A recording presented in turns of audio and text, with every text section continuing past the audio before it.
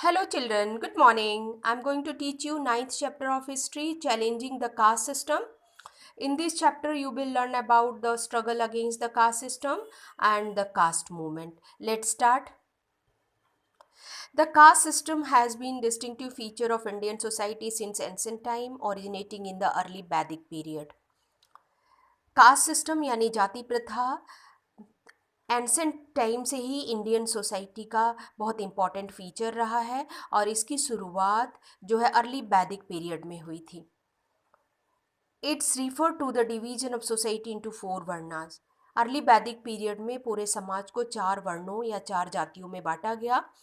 First था the ब्राह्मण pressed, जिन्हें कि पुरोहित बोला जाता था, जो वेद और ऋचाओं का ज्ञान को बांटते थे यानी सबको पढ़ाते थे.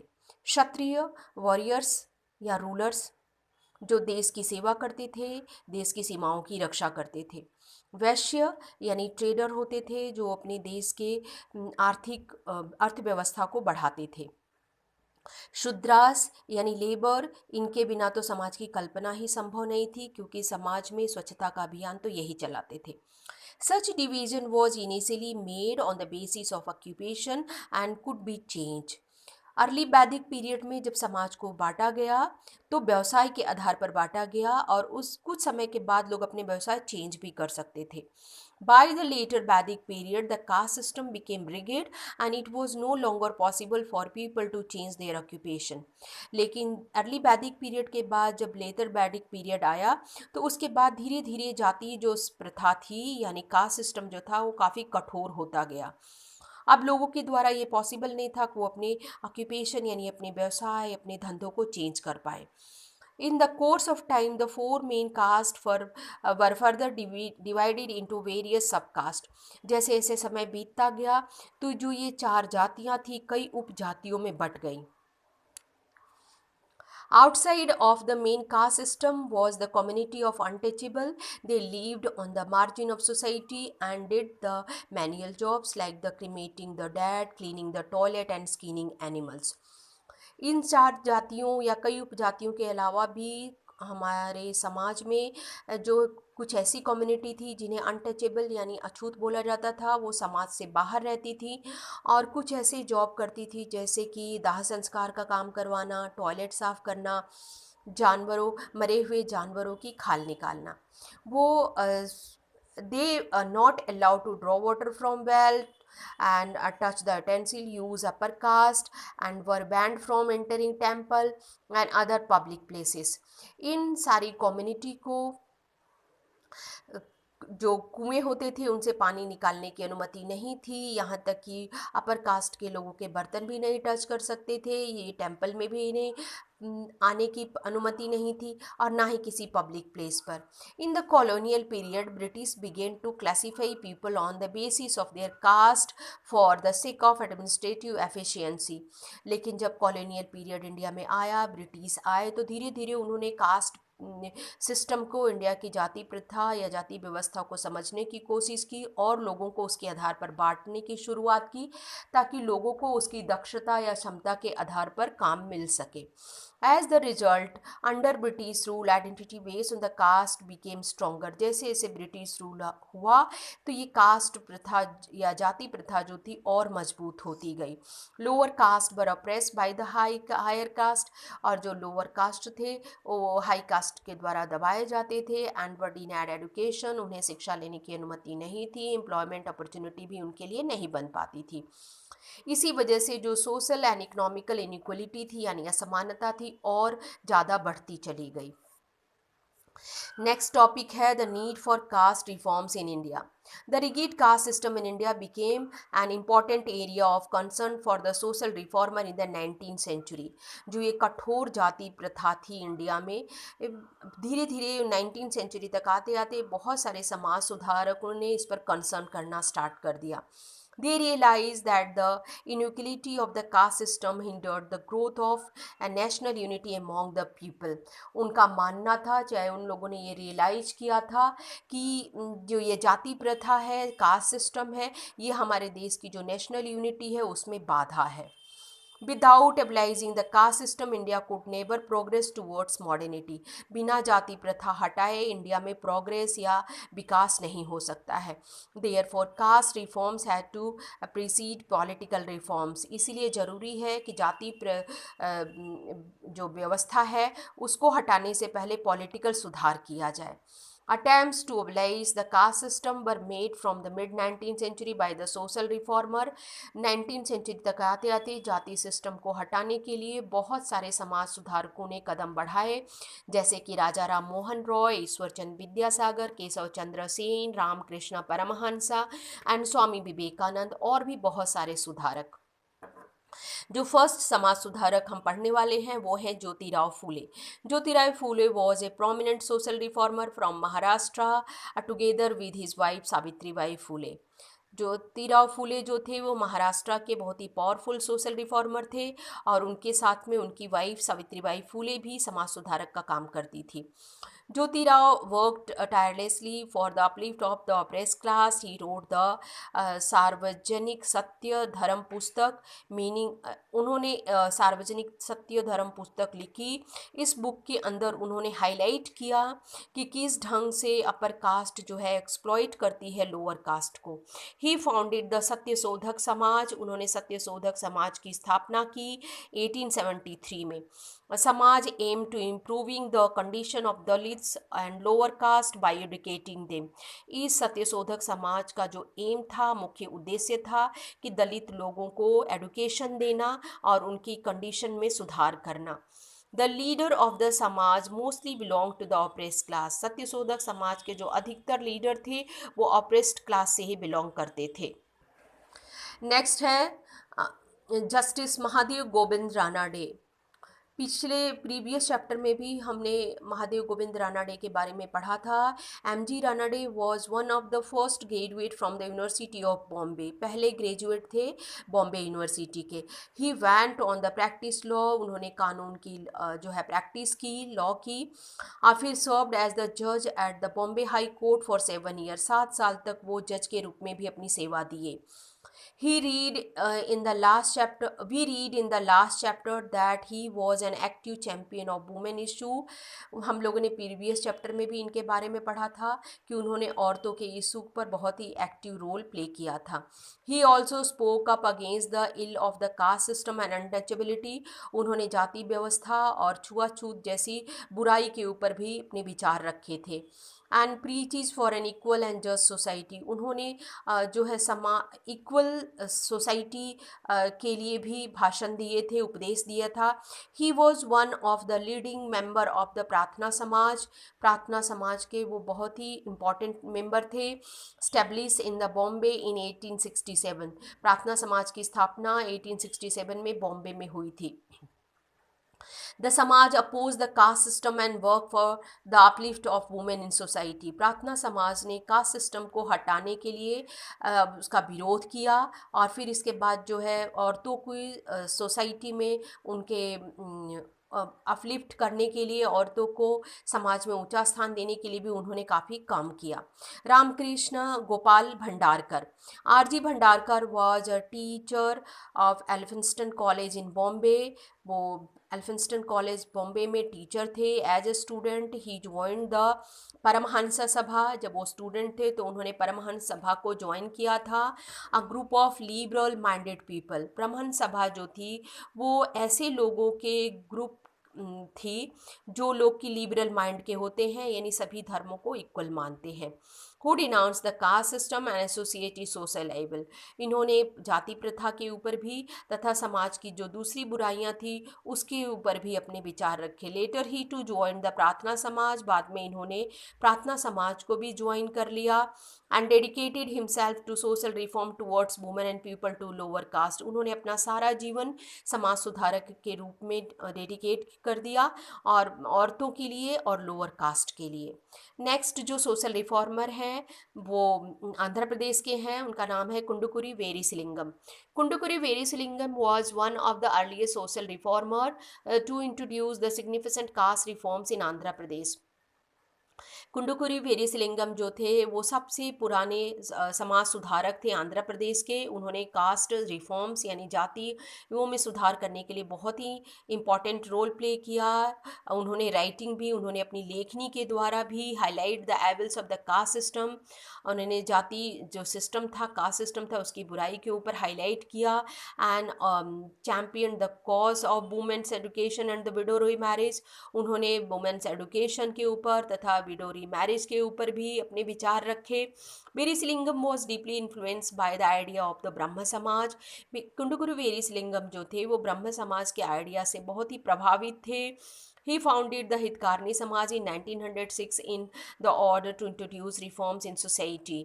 उन्होंने हितकारनी समाज की स्थापना 1906 में की थी। He established a school for the girls in the Dorleswaram in Andhra Pradesh इन 1874 में उन्होंने गर्ल्स के लिए आंध्र प्रदेश में स्कूल खोला।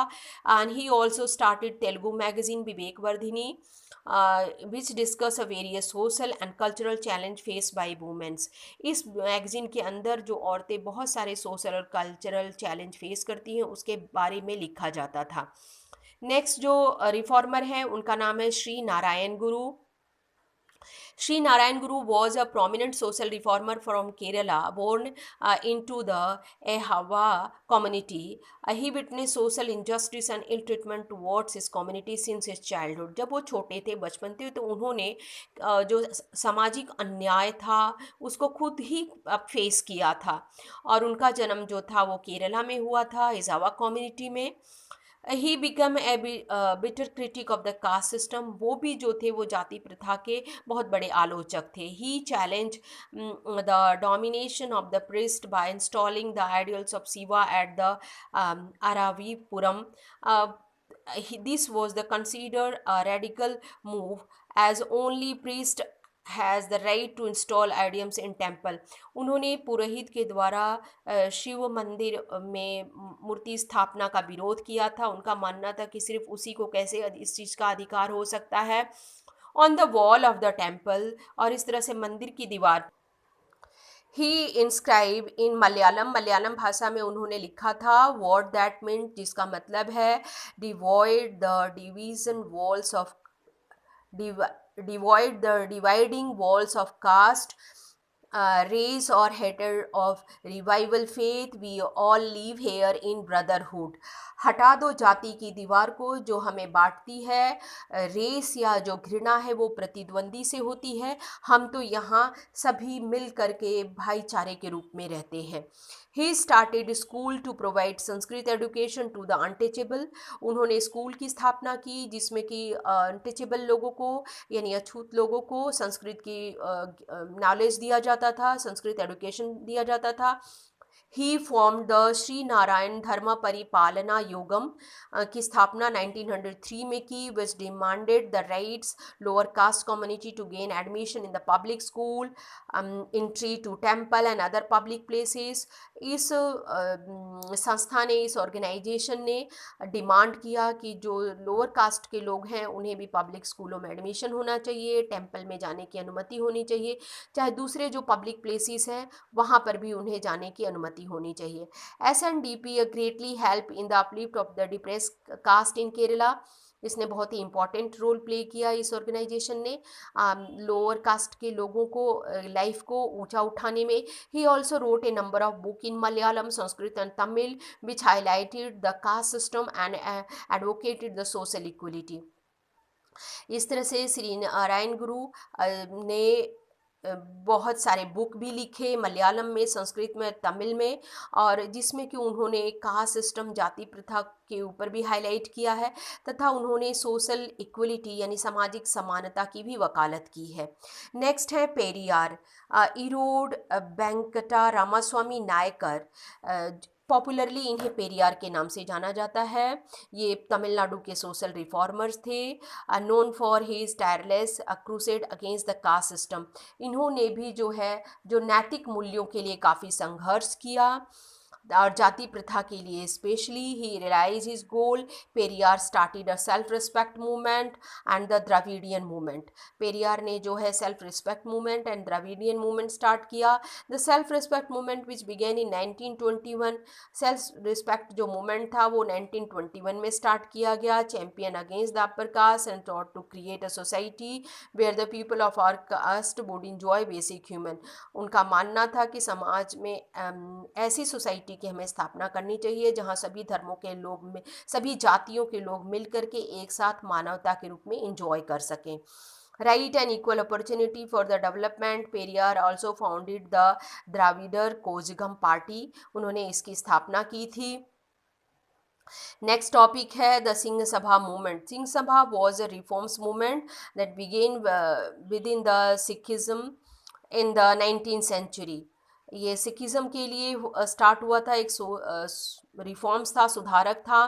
First unit of the Singh सभा वाज स्टेब्लिश इन अमृतसर. पहला जो इसकी फर्स्ट यूनिट थी इसकी स्थापना अमृतसर में 1873 में हुई थी. इसके अलावा बाद में लाहौर में हुई. इसका मेन ऑब्जेक्ट क्या था? Revive the teaching of Sikh गुरु. जितने भी गुरु हैं सिख धर्म के उनकी टीचिंग को प्रमोट करना और समाज से जाति व्यवस्था को ख़त्म करना. और इस जो सिंह सभा थी इसने बहुत सारे खालसा कॉलेज की और खालसा स्कूल की स्थापना पूरे ऑल ओवर इंडिया में की. नेक्स्ट है Mohandas Karamchand Gandhi. Mohandas Mahatma Gandhi consider to eradication of the untouchability as one of the important goal of his freedom struggle against the British. अंग्रेज़ों के साथ साथ लड़ने के साथ साथ महात्मा गांधी जो थे वो अपने समाज में जाति व्यवस्था से भी लड़ रहे थे. He refer to the untouchable as Harijan और द चाइल्ड ऑफ गॉड. उन्होंने अनटचेबल लोगों को हरिजन बोला यानी कि गॉड के बच्चे. And he took several step to integrate the Harijans into the mainstream society. उन्होंने बहुत सारे ऐसे स्टेप लिए जिससे कि हरिजन यानी जो अछूत लोग थे वो मेन स्ट्रीम सोसाइटी से जुड़ सकें, एक हो सकें. Eight the Sabarmati Ashram in Gujarat he shared meal and clean toilet with the Harijans. उन्होंने हरिजन के साथ मिल करके मील यानी भोजन जो है वो भी शेयर किया और जो बहुत सारे टॉयलेट भी उन्होंने क्लीन किया. Are continued his crusade against the caste system through a paper called Harijan. उन्होंने भी नैतिक मूल्यों के लिए बहुत लड़ाई लड़ी. साथ ही उन्होंने एक पत्रिका भी चलाया जिसका नाम था Harijan. He founded the anti untouchability league in 1932. उन्होंने एंटी अनटचेबिलिटी लीग की स्थापना 1932 में की जिसका बाद में नाम पड़ गया Harijan Sevak Sangh.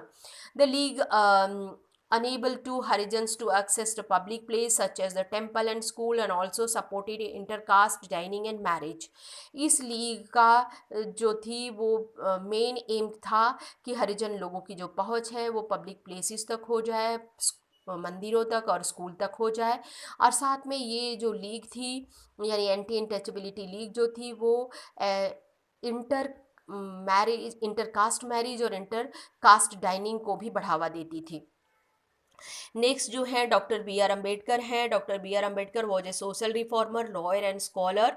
Doctor B R Ambedkar एक समाज सुधारक भी थे, लॉयर भी थे, स्कॉलर भी थे. एंड फिर इसके अलावा उन्होंने जो सोशल इनइक्वालिटी थी उसके लिए बहुत लड़ाई लड़ी. And establishing a new social order. उन्होंने दलित कम्युनिटी के लिए नया सोशल ऑर्डर फाउंडेड किया and was a victim of the caste discrimination himself. ऐसा माना जाता है कि वो खुद ही विक्टिम थे कास्ट डिस्क्रिमिनेशन के साथ. He led the several protest movement against the untouchability. उन्होंने बहुत सारे मूवमेंट चलाए अनटचेबिलिटी के खिलाफ. He fought for right of the Dalit to draw water from public well and inter temple. उन्होंने संघर्ष किया, लंबा संघर्ष किया, लड़ाई लड़ी, मूवमेंट चलाया ताकि दलित लोगों की पहुंच सार्वजनिक कुएं तक हो जाए और मंदिरों तक हो जाए. ही लॉन्च अ न्यूज़पेपर कॉल्ड मूक नायका. उन्होंने न्यूज़पेपर लॉन्च किया जिसका नाम था मूक नायक अवेयरनेस के लिए ताकि लोग जो है जागरूक हो सकें इन सामाजिक बुराइयों को लेकर के. He supported the idea of separate electoral system for the lower caste. उन्होंने सेपरेट इलेक्टोरल सिस्टम को भी सपोर्ट किया था। Unlike Gandhi ji, Ambedkar was not favour for calling the untouchable Harijan. Gandhi ji जिस तरह से अनटचेबल लोगों को हरिजन बोलते थे, अम्बेडकर इसके फेवर में नहीं थे। उनका मानना था according to him practice was discriminatory and create more inequality. इस तरह से हरिजन बोलने से वो और ज़्यादा इनइक्वलिटी यानी असमानता की भाव फील करेंगे अपने आप में। सो ही स्टार्ट कॉलिंग देम दलित, इसलिए उन लोगों ने हरिजन की जगह इन अनटचेबल लोगों को दलित कहना शुरू किया, जिसका मतलब है अप्रेस्ड यानी दबाए हुए लोग। Doctor Ambedkar founded the Bahishkrit Hitkarini Sabha. उन्होंने with the aim of spreading education and improving the economics condition of the depress classes.